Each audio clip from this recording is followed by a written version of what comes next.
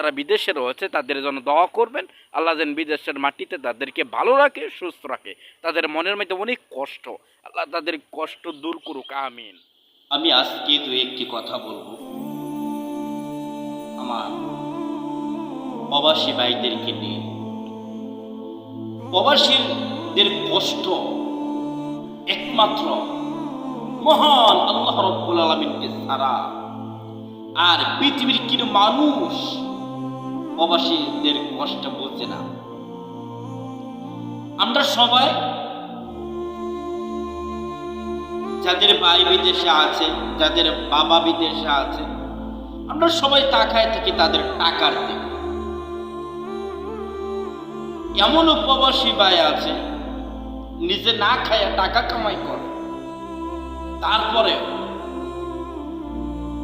আত্মীয় স্বজনের কাছে তার কষ্ট বুঝতে দেয় না। এখন কত কষ্টই আছে প্রবাসে, আত্মীয় স্বজনের কাছে তার কষ্ট বুঝতে দেয় না। এমন অনেক প্রবাসী ভাই আছে, যারা প্রবাসী আছে, যারা বিদেশে রয়েছে, তারা অনেক কষ্ট করে, ঠিক মতনে খাইতে পারে না, ঠিক মতনে ঘুমাইতে পারে না। তারা অনেক কষ্ট করে টাকা কামাই করে। আর আমরা যারা বাংলাদেশে আছি,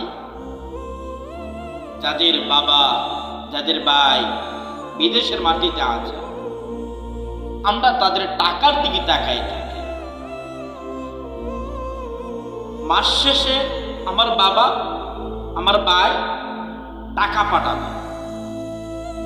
এমনও লোক আছে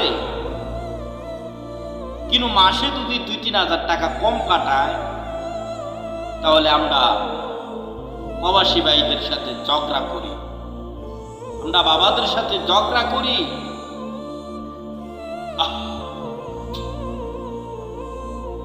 তারা সকালবেলা ঘুম হতে উঠে না খেয়ে কাজে যায়, 12 ঘন্টা ডিউটি করার পর, 12 ঘন্টা কাজ করার পর আবারই ফিরে আসে।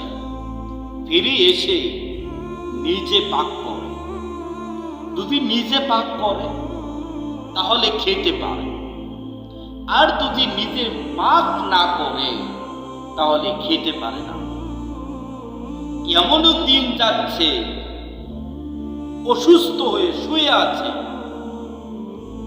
তাকে কেউ আদর যত্ন করবে, তার শরীরে কেউ তেলদা দিবে, মাথার মধ্যে কেউ তেলদা দিবে, এমন প্রবাসী ভাইদের নেই।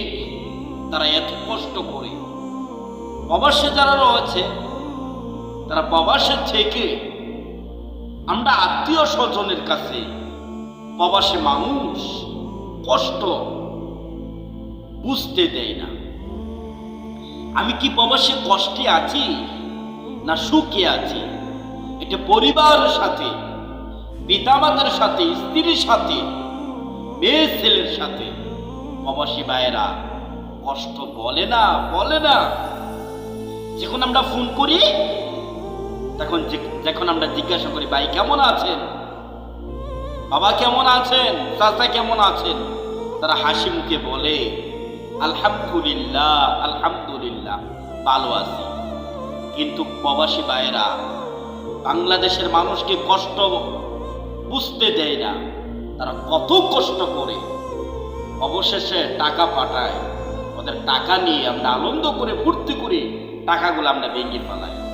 সম্মানিত মুসলিম ভাইয়েরা, আমি সারা পৃথিবীর মানুষের কাছে প্রবাসী ভাইদের জন্য রবের কাছে আমি দোয়া চাই।